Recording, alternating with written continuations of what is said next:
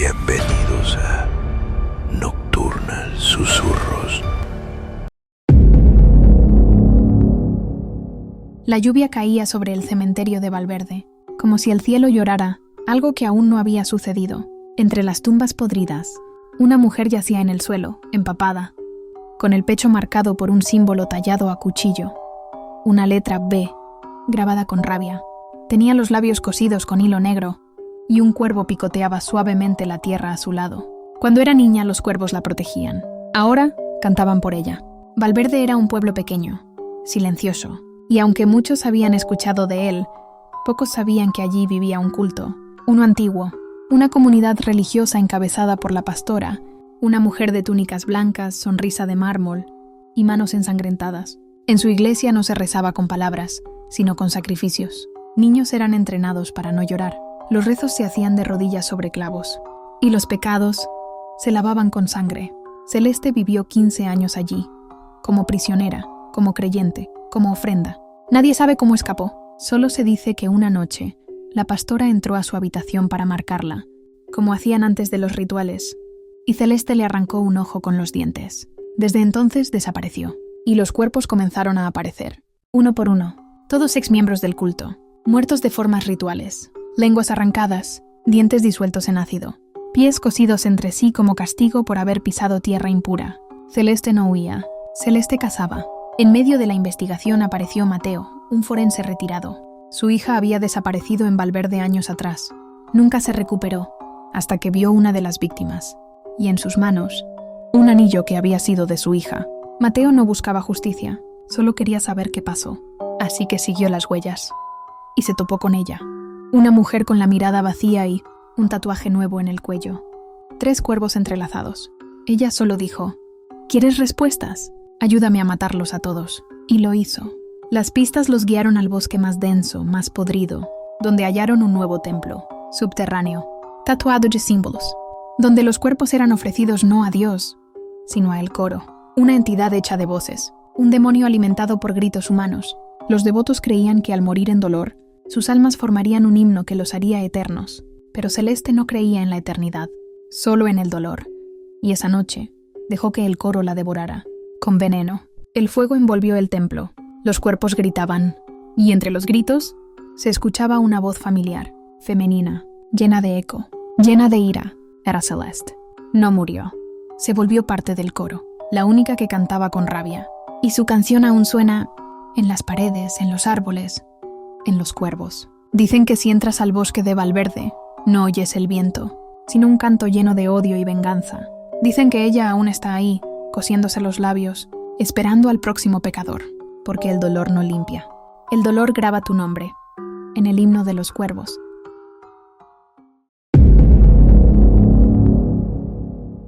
Hay un pueblo escondido en los mapas viejos. Uno de esos lugares que parece que el tiempo olvidó. San Jerial. Una comunidad pequeña, aislada, donde todos se conocen, donde nadie sale de noche, y donde hay una regla: nunca hables cerca del pozo después del atardecer. Nadie recuerda cuándo comenzó esa superstición. Solo saben que desde hace generaciones, el pozo del centro del pueblo ha estado sellado con una tapa de acero, encadenada por fuera y rodeada por tierra que nunca se seca. Dicen que si alguien te llama desde el pozo, con la voz de alguien que conoces, no debes contestar, porque no es esa persona, porque no está arriba, está abajo. Lucas, un joven de 17 años recién mudado con su madre al pueblo, se burló de eso desde el primer día. ¿Qué esperan que crea? ¿Que hay un monstruo debajo como en una película barata? Cállate, muchacho. Aquí nadie se burla del pozo, le dijo un anciano en la tienda. Pero Lucas era terco. La primera noche de luna nueva, bajó con sus amigos al centro del pueblo y, con una sonrisa burlona, gritó: «Hola, ¿hay alguien ahí abajo?», y lanzó una piedra al interior del pozo, rompiendo el silencio que el pueblo llevaba más de 100 años guardando. Durante 2 segundos no pasó nada. Al tercero algo le respondió. No fue un eco, fue un gruñido, como si el pozo tuviera garganta. Y luego el grito, no de Lucas, sino de su padre, muerto hacía 5 años. «¡Hijo! ¡Ayúdame! ¡Sácame de aquí!». Lucas se congeló. No podía ser. Eso no tenía sentido. Pero su voz, su tono, era él. Sus amigos corrieron. Lucas no. Se quedó mirando el pozo. Y entonces lo vio. Un dedo, delgado, grisáceo, con uñas negras como vidrio roto, salió entre las rendijas de la tapa, seguido de una sonrisa, una fila de dientes que no encajaban con ninguna especie conocida. Esa noche, el pueblo supo que el pozo había despertado. A la mañana siguiente, la madre de Lucas lo encontró en su habitación de pie, pero con la mandíbula desencajada, los dientes arrancados uno por uno, y con la palabra baja escrita con sangre en la pared. No hablaba, solo señalaba hacia el pozo. Otros comenzaron a escucharlo también. Sus familiares muertos, sus voces desde el fondo. Algunos cayeron en la trampa. Otros desaparecieron sin dejar rastro. Los que intentaban huir del pueblo morían en accidentes inexplicables. El camino se convertía en neblina. Los autos se apagaban y los cuerpos eran encontrados con la boca completamente sellada, como si alguien les hubiera cosido el alma. El cura del pueblo intentó bendecir el pozo. Duró vivo 7 segundos. Lo encontraron con una cruz incrustada en el pecho y todos sus dientes clavados en la frente, como una corona macabra. Hoy, San Jariel está vacío. No figura en ningún mapa nuevo. No hay internet, no hay caminos. Solo está el pozo. A veces, si pasas cerca oirás voces. De niños, de madres, de quienes ya no están. Dicen que el pozo no solo guarda cuerpos, guarda recuerdos, voces y hambre.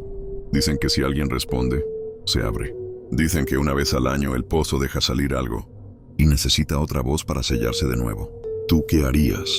Contestarías, si escucharas el nombre de alguien que ya murió. Porque en San Jariel las voces no se apagan, solo cambian de dueño.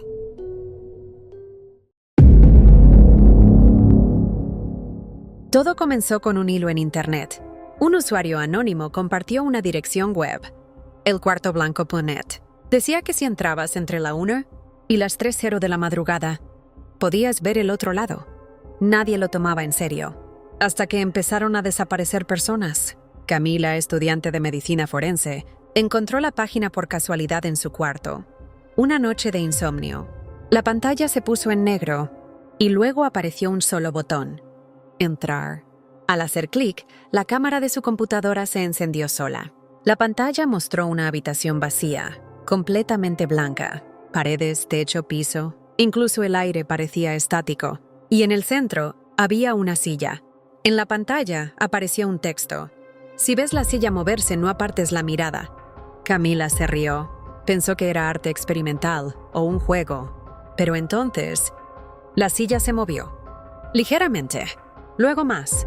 Y luego, algo invisible se sentó en ella. La imagen no cambió más, pero Camila no pudo dejar de mirar durante 3 horas. Cuando la pantalla finalmente se apagó, su habitación estaba completamente en silencio. Y algo en el aire era diferente. Esa noche, cuando intentó dormir, notó que la luz de su closet estaba encendida. Ella no tenía closet. Días después empezaron los cambios. Camila dejó de ver su reflejo en los espejos. Empezó a escuchar sus propios pasos detrás de ella. La comida sabía a polvo.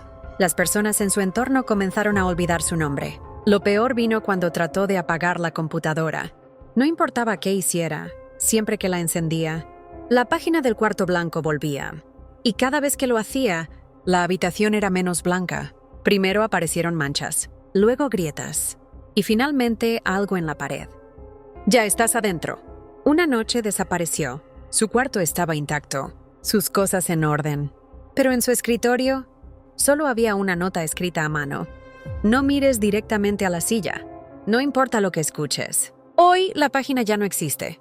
Pero dicen que a veces, si buscas bien en los foros más oscuros, aparece un nuevo enlace, siempre con el mismo título, siempre con el mismo cuarto y la misma silla. Y si la miras el tiempo suficiente, ya no estás afuera. Estás en el cuarto blanco y alguien toma tu lugar. Porque en este juego no se trata de ganar, se trata de no mirar.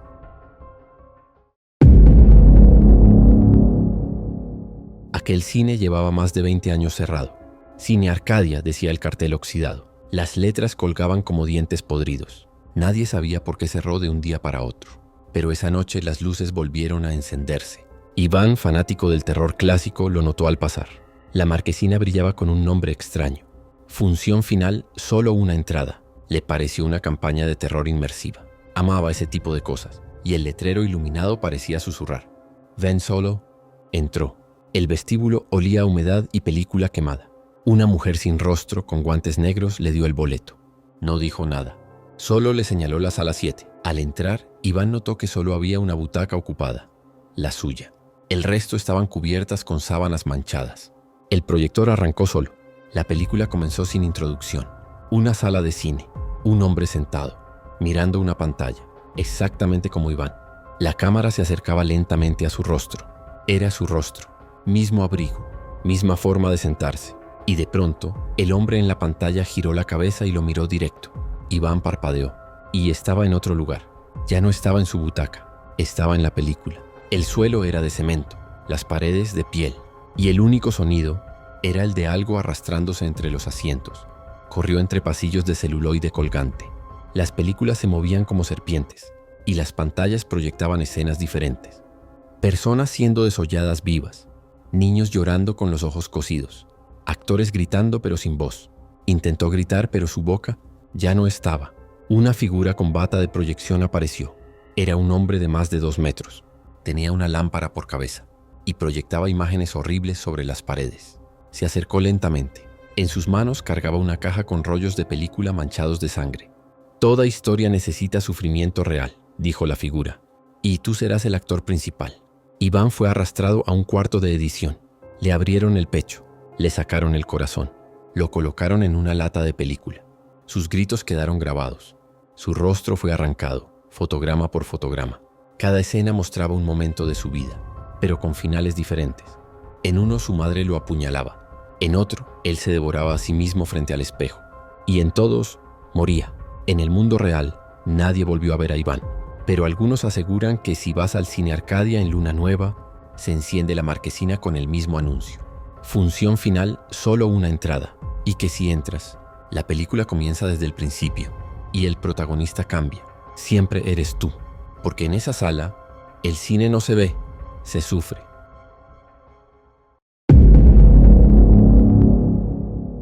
Andrés Ramírez tenía 36 años, contador, soltero, silencioso. Vivía en el apartamento 13 de un complejo, viejo con más historia que mantenimiento. Era un hombre de rutinas, de horarios, de orden obsesivo, pero desde hace semanas su rutina cambió, porque algo lo observaba cada noche desde su habitación.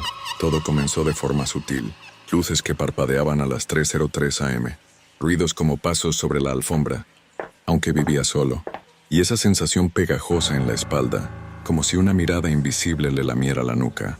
Una madrugada, mientras intentaba dormir, vio algo en la esquina de la habitación.